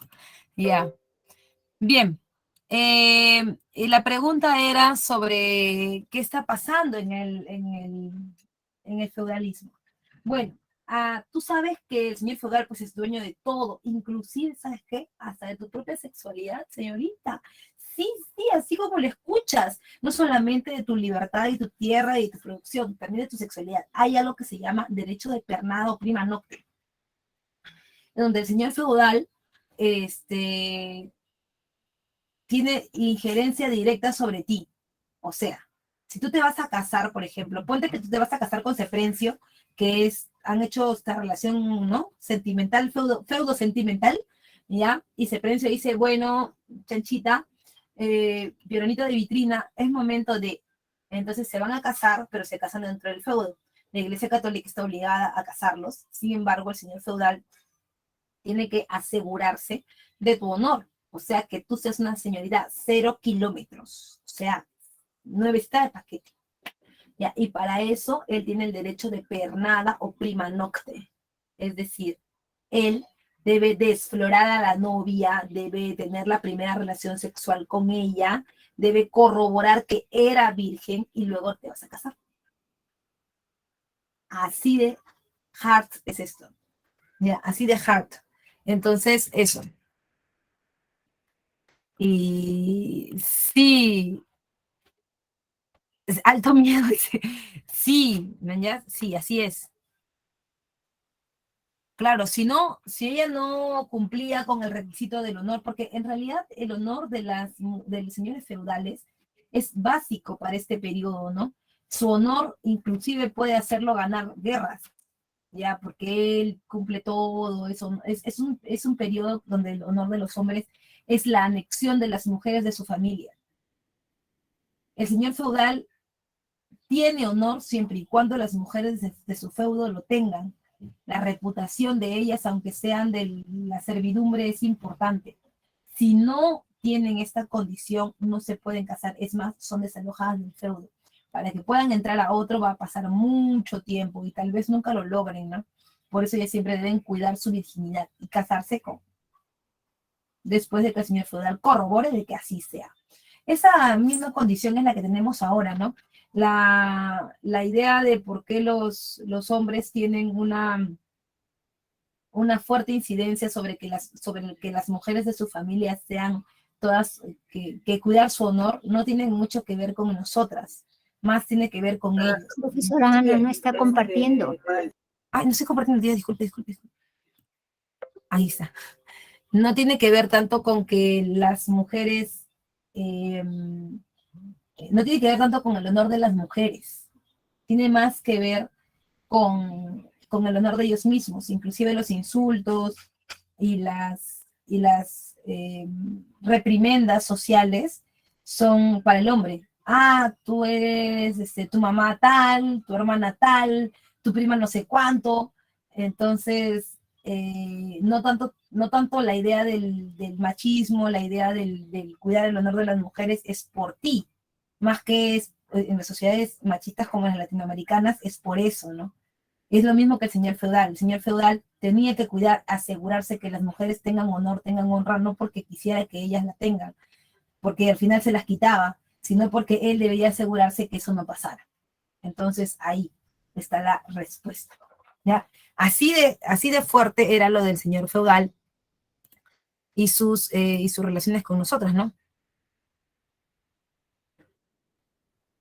Si eres un plebeyo, o sea, si una mujer es plebeya, normal, no hay problema. La idea es que no, o sea, la familia del señor feudal es todo su propiedad. O sea, las mujeres de la familia de él, directa de sangre, y también las de su feudo porque están a su cargo.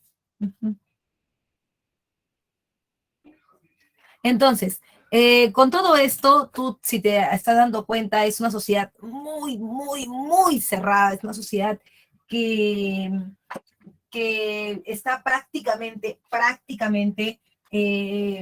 encerrada en el feudo, que está dominada por el señor feudal y que su ruptura desencadenaría algo más fuerte. Pero ¿cómo se podría romper ese sistema, profesora, que parece que es infranqueable? Bueno, se puede romper a partir del comercio. ¿Y cómo se va a dar lo del comercio, profe? Ah, ya es facilito. Lo del comercio se va a dar a través de las búsquedas de nuevas tierras. Como tú sabes, esta idea del feudalismo se mantiene el poder a través de la tierra, de la posesión y el usufructo de la tierra. Pero llega un momento en Europa occidental en donde los señores feudales ya no pueden más. Y ya no pueden más porque ya han conquistado todo lo que se ha podido. Ahora ellos voltean sus caras y miran hacia Oriente y se dan cuenta que ahí también hay territorio que ellos pueden conquistar. Pero ¿cómo hacerlo? A través de una justificación, entre comillas, que involucraría a la Iglesia Católica. No, yo no estoy yendo a Oriente para tener más tierras ni nada por el estilo, ni quiero expandir mi sistema feudal por allá. Lo que quiero es recuperar el Santo Sepulcro, el último lugar en donde estuvo el cuerpo de Jesús. Ya, a eso le llamamos cruzadas.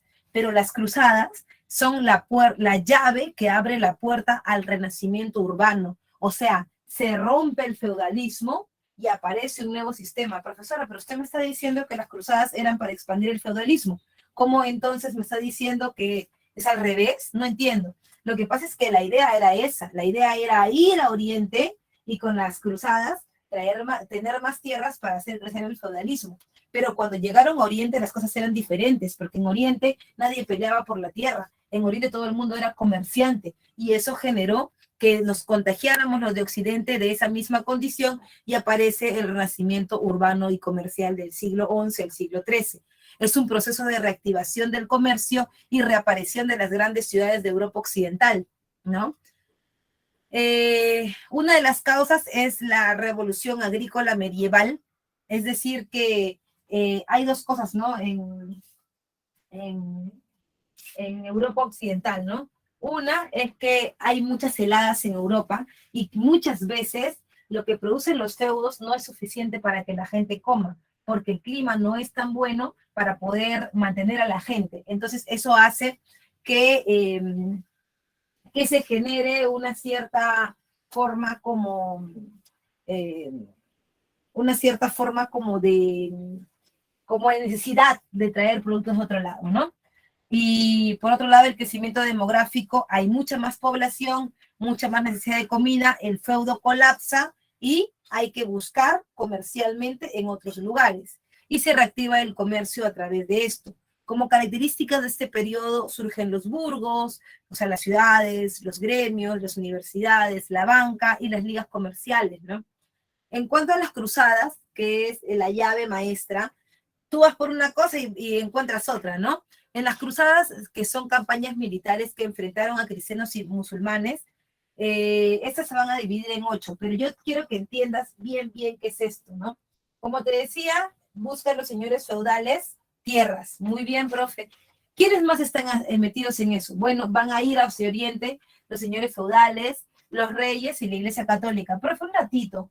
O sea que, ¿habían reyes en el feudalismo, profe? Sí, claro que habían.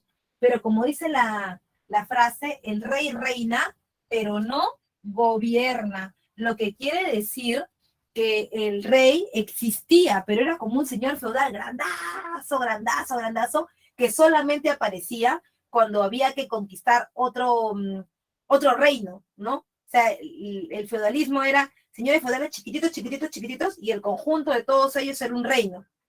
Y el señor feudal grandazo era el rey.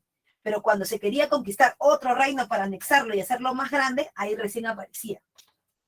Entonces, están entonces los señores feudales, que son el poder verdadero, porque son los poderes locales, el rey y la Iglesia Católica. Entonces, los señores feudales iban por tierras, los reyes iban por prestigio, ¿no es cierto? Para que su nombre sea importante y sepan que su poder es grande, ¿no? Y por último, la Iglesia Católica. Pero fue una pregunta, ¿y por qué iban ellos? Ellos sí querían ese sepulcro. No. La Iglesia Católica lo que quería era recuperar los territorios que había perdido, porque eso lo vamos a ver cuando veamos Cisma de Oriente. La Iglesia Católica había sido antes una iglesia más grande. La iglesia, cuando estaba el Imperio Romano, no era católica, era la iglesia cristiana, ¿no? Pero los cristianos, con la división del Imperio Romano de Occidente, se dividieron en dos. Cristianos católicos, que somos nosotros los de Occidente, cristianos católicos, y cristianos ortodoxos griegos. Los cristianos ortodoxos griegos eran los de Constantinopla. Seguían creyendo en Cristo, pero no en todas las demás cosas que creíamos nosotros. Te voy a explicar eso en un ratito. Bueno, nos habíamos dividido, los cristianos católicos y los cristianos ortodoxos griegos eran diferentes, y pasó el tiempo en Oriente, y esta iglesia ortodoxa griega fue invadida por los musulmanes en el 1453. Pero antes ya se venían filtrando, ¿no? Se venían filtrando los musulmanes, los cristianos ortodoxos. Entonces la Iglesia Católica había perdido muchísimo peso en Oriente. Al principio, cuando se separaron los imperios romanos de Oriente y Occidente, todos eran cristianos. Ahora, unos eran católicos y otros eran ortodoxos griegos. La Iglesia Católica lo que quería era que todos en todo el mundo fuera la Iglesia Católica, por eso fueron a las cruzadas. Ahora bien, el pretexto era recuperar la Tierra Santa tomada por los turcos selúcidas. Pero fue una preguntita. ¿Qué es la Tierra Santa, profe? Ah, es el Santo Sepulcro. Lo que pasa es que tú sabes que cuando Jesús, ¿no?, es crucificado en el Gólgota con los dos ladrones, uno le dice desafiantemente a Jesús, ¿no? Le dice, Jesús, si de verdad eres rey de los judíos, sálvate a ti mismo y de paso sálvanos a nosotros. Y el del otro lado le dice, oye, no seas malcriado, ¿qué tienes? Jesús, rey de los judíos. No hagas caso. Lo que te pido es que te acuerdes de mí cuando estés en el paraíso. Y Jesús le dice, no te preocupes, que hoy estarás conmigo en el paraíso. Y debajo de ellos, la gente y las Marías, ¿no?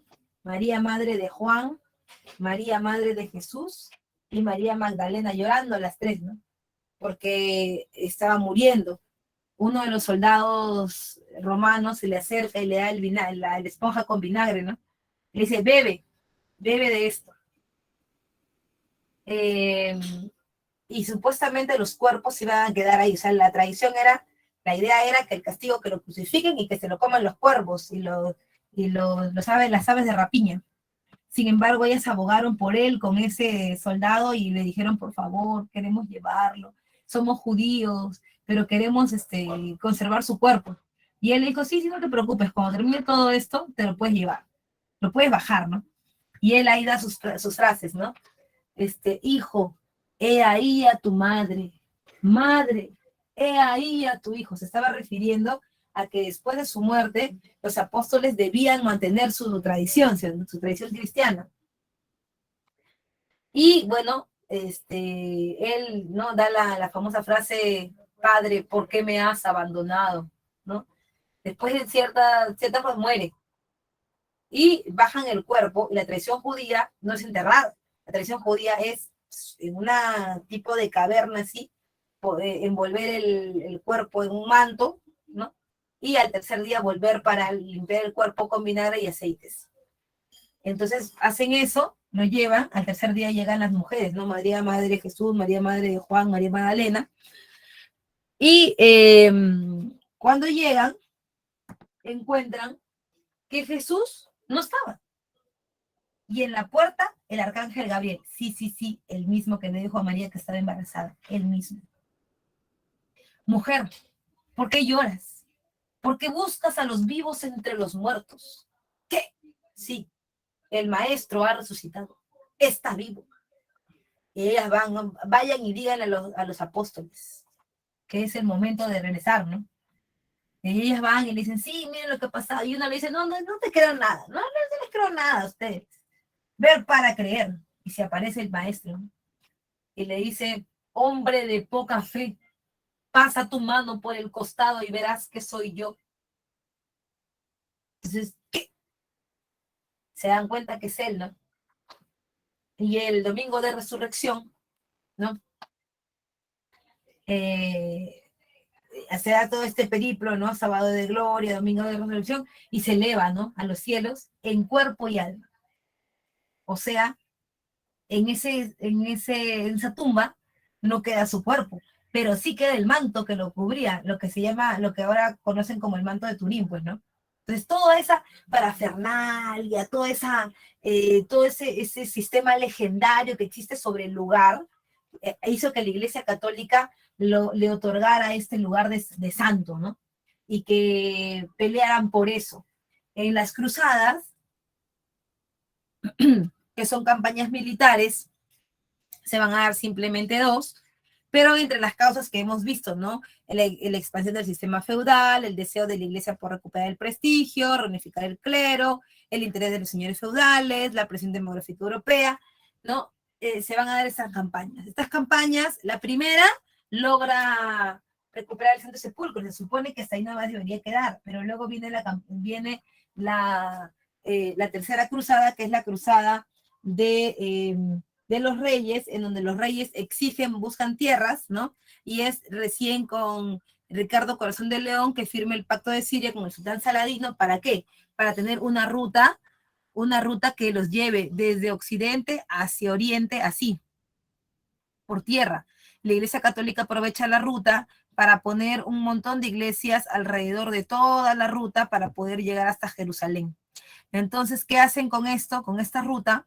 La Iglesia Católica la dota de 2 órdenes mendicantes, los caballeros hospitalarios y los caballeros templarios. Los caballeros hospitalarios son aquellos que van a dar comida, bebida y alojamiento a los peregrinos que van caminando tan lejos, y los caballeros templarios son aquellos que le dan seguridad, porque durante todo ese recorrido hay mucho pilluelo, hay mucho ladrón, ¿no? Hay muchas personas malas, ¿no? Que pueden atentar contra los católicos, cristianos católicos, porque son turcos, pues, ¿no? Son turcos que se dedican a la mala vida. Entonces, en esta ruta genera para la Iglesia Católica dinero. Ese dinero no solamente está en lo que significa transportarlo, sino sobre todo que donde hay una iglesia, la gente se acumula alrededor. ¿Por qué se acumula alrededor? Porque son comerciantes que vienen de Oriente hacia Occidente y viceversa. Cuando encuentran una iglesia católica saben que la gente compra cosas ahí. Es más, la iglesia católica vende pedazos de, por ejemplo, del madero de Cristo, un pedazo del callo de San Lucas, para que proteja a la gente durante todo el camino. Y así también los comerciantes fuera de las iglesias comienzan a apostarse para venderle cosas que, a la gente que traen de Oriente, por ejemplo, ¿no? Y comienzan a llenarse de comerciantes así un montón. A eso se le conoce como ciudad. Aparecen las ciudades a través de las iglesias. Y una ciudad va creciendo, se va juntando con la otra y así se va haciendo la cadena de toda la ruta, ¿no? Esa ruta de comercio reactiva el comercio de Occidente y además permite que haya una relación entre Oriente y Occidente, una relación comercial, ¿no? Esa relación comercial recupera el control comercial en el Mediterráneo y genera un contacto cultural entre Oriente y Occidente, porque exactamente no solamente se comercian productos, sino también lengua, tradiciones, pero también enfermedades, como por ejemplo la peste. Hubo decadencia del poder feudal y aumento del poder del rey y el fortalecimiento obviamente del poder monárquico. ¿Qué pasaba con esto? Que al final el tema este de tener contacto, como te lo decía, no solamente es en el caso de de los productos, también de las enfermedades. Habían enfermedades endémicas, o sea que eran enfermedades que iban y venían en Oriente. La gente las conocía y por lo general no morían con ellas, porque ya estaban acostumbrados. Pero en Occidente nunca sabían de ellas, ¿no? Nunca habían sabido de ellas. Entonces, ¿qué pasó en Oriente? Que hubo una pequeña edad glaciar o una pequeña edad de hielo en el siglo XIV. Hubo un frío muy extremo que impidió que los europeos de Occidente pudieran producir adecuadamente trigo y cebada. Como no producieron adecuadamente, faltaba y la gente, tú sabes que la mayoría de los europeos comían pan, sobre todo la población del pueblo, ¿no? Entonces, lo que pasó fue que ellos tuvieron que echar mano de comprar estos granos en Oriente. Compraban los granos en Oriente, pero estos granos venían infectados, ¿no? Porque las ratas perseguían los granos, las ratas transportaban pulgas, las pulgas tenían peste y las pulgas contaminaban, picaban a los marinos que llegaban a los puertos. Pero como tú sabes, los puertos estaban en las ciudades y las ciudades, como te dije, estaban llenas de gente porque se habían formado durante el periodo de la ruta, ¿no? Entonces, lo que pasaba era que se enfermaba uno, luego se enfermaba el otro, le picaba al otro, le picaba al otro, ¿no? Y eso hacía que la enfermedad se proliferara. Las glándulas linfáticas se inflamaban, se necrosaban, tenían un olor fétido y por eso se le llamaba peste bubónica, ¿no? Porque esas bolas se llamaban bubones. La peste llegó desde Oriente a través del comercio del Mediterráneo y generó una depresión demográfica o una muerte de 20 millones de personas en Europa en menos de 15 años. Se disminuyó la rentabilidad agrícola porque el frío hacía que no pudieran producir casi nada. Habían revueltas campesinas porque el hambre acechaba, ¿no? La muerte también. Y por supuesto, también se elevaron los precios de las mercancías y de la mano de obra porque había menos posibilidad de que la gente trabajara la tierra, no solamente el tema del frío, sino que la gente se moría, la mano de obra, menos gente que trabajaba, más subía, y por supuesto también los productos, ¿no? Ahí tenemos una representación del triunfo de la muerte hacia el mundo, historia del mundo arrasado por Pierre Bruegel, ¿no? Que te hace ver cómo es que la gente se peleaba y moría por la peste. En sucesos vamos a encontrar en el medio la Guerra de los 100 años, que se origina porque Guillermo el Conquistador interviene el norte de Francia, quiere quedarse con los territorios del norte de Francia y hay una pugna entre Francia e Inglaterra. También el cisma de Occidente.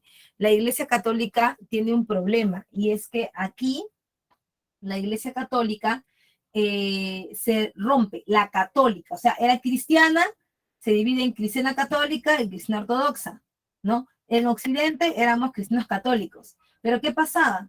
Que se elegían los papas, y siempre el papa lo elegían en Italia, en Italia, en Italia, en Italia, Roma, Roma, Roma, toda la vida, pero los germanos, los alemanes dijeron, oye, ya, pues, pero ya pues, ¿qué? O sea, siempre va a ser ahí en Italia, en Italia. ¿Y nosotros qué? Nosotros también somos católicos, también queremos elegir. No, que tú no tienes ningún derecho de elegir porque tú no eres nadie. bueno, si ustedes dicen eso, ya, quédense con su papa. Nosotros acá, Francia, habla, ¿te apuntas? No, sí, claro, porque yo estoy cansada de que sea en Italia ya tengo harta. Entonces, se fraccionaron. Algunas coronas europeas querían elegir su propio papa y los romanos elegir también su propio papa. Los apoyaban los españoles, los portugueses. Y en el otro lado apoyaba Francia y Alemania. Ellos sacaron un papa, mientras que sacaron otro papa en Italia, ¿no? En Italia estaba el papa en Roma y también en Francia estaba en Avignon. Entonces, habían dos papas al mismo tiempo, hasta que se pusieron de acuerdo en el concilio Limense, se pusieron de acuerdo y generaron uno solo. Pero ya se habían fracturado. Por eso los alemanes dejaron de ser católicos acérrimos y ahí es por eso que ahí se va a generar luego la reforma religiosa de Lutero, ¿no? Y finalmente está lo que habíamos dejado de lado, que era el Imperio Bizantino. Cuando se rompe el Imperio Romano de Occidente, ¿no? Cuando se rompe el Imperio Romano sale Oriente y Occidente. Esto es Occidente. El Imperio Bizantino es lo mismo, lo mismo que decir Imperio Romano de Oriente, ¿no? Entre sus características está el cesaropapismo. A diferencia de Occidente, Oriente tenía todos los poderes, el político y el religioso, en una sola persona. Nosotros teníamos un emperador y un papa, ellos no, ellos tenían todo una sola cosa. El Basileus, emperador, rey, llámale como quieras, controla tanto la iglesia católica, la iglesia cristiana, como el imperio. En religiosas está el cisma de Oriente. Como te lo dije, Oriente se cansó de Occidente. Occidente, que tenía la iglesia de San Pedro, siempre vivía a Oriente. Le decía, sí, que tú tienes que darme plata, y siempre era así, ¿no? Ellos trataban de controlarlo todo. Sin embargo, Oriente decidió crear su propia iglesia y se divide en dos: la iglesia cristiana, la iglesia católica y la iglesia cristiana ortodoxa griega se van a separar y se va a generar su propia iglesia, que es la de Santa Sofía. En culturales está el sincretismo de los elementos griegos y romanos con los orientales, ¿no? Porque sí, ellos provienen de Roma de Occidente, tienen elementos romanos, griegos, pero además también del nuevo lugar en donde se encuentran. Constantinopla es su ciudad más importante porque es el centro del comercio entre Oriente y Occidente. Míralo acá, para que tú vayas por la ruta de ida o de regresada. El punto más chiquito y más rápido para poder pasar era el estrecho del Bósforo en Constantinopla. Y ahí está Justiniano, ¿no? Que es considerado el más grande emperador de Bizancio. Logra la máxima expansión del territorio, la construcción de la Basílica de Santa Sofía, que va a ser el centro del poder, así como San Pedro es para Occidente, para Oriente Santa Sofía. Se elabora el Corpus Juris Civilis en su gobierno, pero no es él el que lo escribe, es el jurista Triboniano. Los turcos otomanos que están aquí en Arabia se dan cuenta que Constantinopla es un buen negocio, y por eso lo toman en el año 1453, ¿no? Es así como los turcos empiezan a desarrollar su imperio, el imperio musulmán. ¿Por qué le llamamos musulmán? Porque es la religión que profesan. Mahoma era un comerciante que andaba aquí por el desierto de Arabia, y acá había un montón de pequeñas campañas, de tiendas de campaña, que eran comunidades que eran comerciantes, se iban viajando por todo el desierto, ¿no? Y cada vez que Mahoma pasaba por ahí, escuchaba hablar de los profetas, de un tal Mahoma, disculpa, de un tal Abraham, de un tal Moisés, de un tal Noé, un tal Jeshua, hijo de Jesús, pero ninguno de ellos tenía una religión única. Todos eran así por profetas. Y como no tenían una iglesia, pues había un templo que era este de acá, ¿no? El templo de la Kaaba, ¿no? Donde todos de cualquier profeta iban y alababan acá. Esto era administrado por los coreishitas. Los coreishitas terminaban siendo los que se llenaban de plata, ¿no? Por todo lo que alababan aquí. Y es por eso que no les gustaba que Mahoma hablara acerca de una nueva religión que unificaría a todos porque les haría perder dinero. Y él... y Mahoma fue amenazado por los coreishitas. Le dijeron, si tú sigues hablando de que Alá es el único Dios y no sé cuánto, te largas de acá o te matamos. Entonces es por eso que él se fue de la Meca hasta Medina, que es la Égira, la migración, ¿no? En el año 622 y logró la unidad comercial de todo Arabia, ¿no? Mientras que Arabia se va a... mientras que Arabia se va a ir condensando, vamos a ver la organización política, donde está el jefe político y religioso, que es el califa, el gran visir, su primer ministro, y el valí, el gobernador de provincia.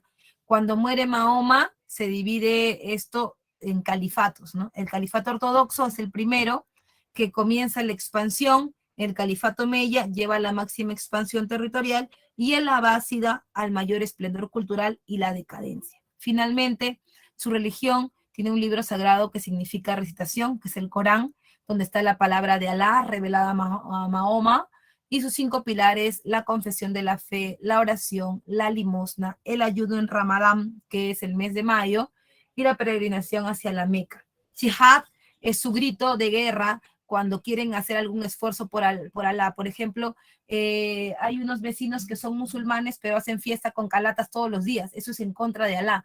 Para que no se sigan burlando de él, yo me voy a sacrificar y me voy a llenar de bombas y lo voy a explotar yo con todos ellos también allá adentro. Eso significa, ¿no?